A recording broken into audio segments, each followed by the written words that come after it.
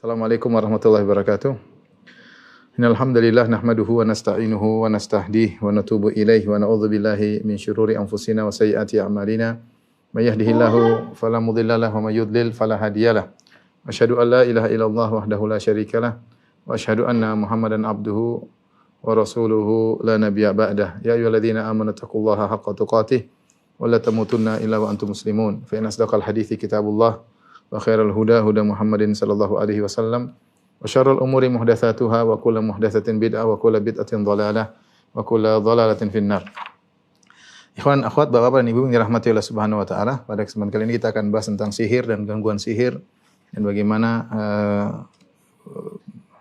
mengadakan hal-hal yang bisa preventif yang menghalangi kita terkena sihir dan bagaimana juga pengobatan terhadap orang yang tersihir. Insyaallah kita akan menyampaikan secara singkat ya.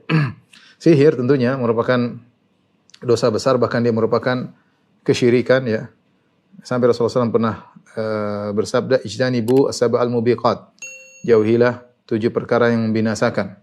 Rasulullah SAW mengatakan asyirku billah wa sihr, syirik dan sihir. Padahal sihir itu bagian dari syirik.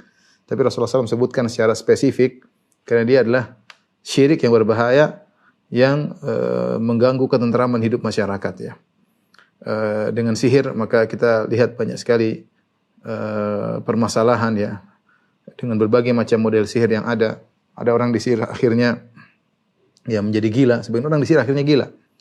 Sebagian orang disihir akhirnya tubuhnya bau yang tidak enak, kemana-mana dia ketemu orang menimbulkan bau keringat yang tidak enak, rupanya dia sedang disihir. Ada yang disihir akhirnya dia tidak suka dengan istrinya, dia melihat istrinya seperti wajah yang buruk, bentuk yang buruk ya. Sebaliknya ada juga yang menyihir agar seorang bisa suka sama dia ya. Sebagian orang tersihir sehingga dia tidak bisa menggauli istrinya. Saya ada kawan yang mengalami seperti itu, subhanallah. Dia nikah, dia tidak bisa menggauli istrinya sampai akhirnya bertahan berbulan-bulan, mungkin setahun lebih, akhirnya diceraikan. Karena tidak bisa digauli istrinya istrinya tersihir ya. Kemudian juga ada juga sihir memisahkan antara suami dan istri ya. Berbagai macam bentuk sihir. Ada sihir dikasih sakit, perutnya dikasih besar sampai akhirnya sakit ya, sampai akhirnya meninggal dunia. Ya, kalau kita bicara tentang berbagai macam model sihir banyak sekali. Ada juga sihir akhirnya dia buka usaha ya, selalu ada aja yang ganggu ya. Nasinya tiba-tiba basi, makannya tiba-tiba busuk, tahu-tahu ada ulat di situ. Berbagai macam sihir ya. Ada juga orang yang usahanya disihir sehingga kalau orang lewat seakan-akan warungnya selalu tutup. Subhanallah. Ya, sihir itu sangat berbahaya. Oleh karenanya Rasulullah SAW mengatakan, laisa minna man sahara wa tusuhira lahu. Bukan dari golongan kami orang yang sihir dan orang yang minta disihirkan. Ya, orang yang sihir keluar dari Islam, yang minta untuk dilakukan sihir untuk kepentingan juga keluar dari Islam. Dan banyak orang di mana-mana ya, ketika mereka menghadapi permasalahan jengkel atau dendam ya, atau ada cita-cita yang tidak bisa tercapai, mereka mengambil jalan pintas. Jalan pintasnya mana? Ke dukun minta sihir. Ke dukun minta sihir. Benci sama orang tidak bisa balas, dia pergi ke dukun untuk menyihir orang tersebut. Mencintai seorang, cintanya tidak diterima terus, akhirnya dia pergi ke dukun agar menyihir wanita tersebut, memelet wanita tersebut ya.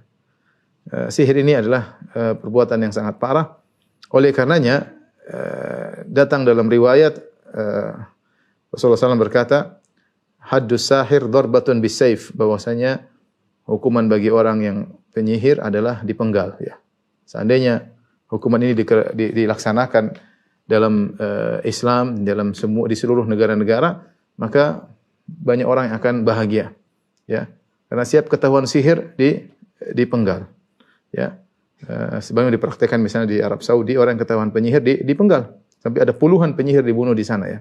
Saya bahkan pernah menghadiri pengadilan di kota Madinah, di kota suci Madinah. Saya hadiri 2 kali, 2 tukang sihir di sidang. Ya, di sidang karena memang perbuatan mereka sangat berbahaya. Ketika para penyihir tidak ada, ya maka banyak orang yang sembuh penyakitnya, banyak orang yang kehidupannya bahagia, banyak orang yang usahanya tidak diganggu. Namun dengan adanya para penyihir tersebut, ya banyak kerusakan terjadi di tengah-tengah masyarakat. Kita dapati sebagian orang pergi, dia merasa sakit, pergi ke dokter, periksa semuanya, MRI, semua dia lakukan, ronsen, tidak ada penyakit tapi dia kesakitan, rupanya disihir. Rupanya disihir. Maka pantas penyihir itu hukumannya adalah dipenggal kepalanya.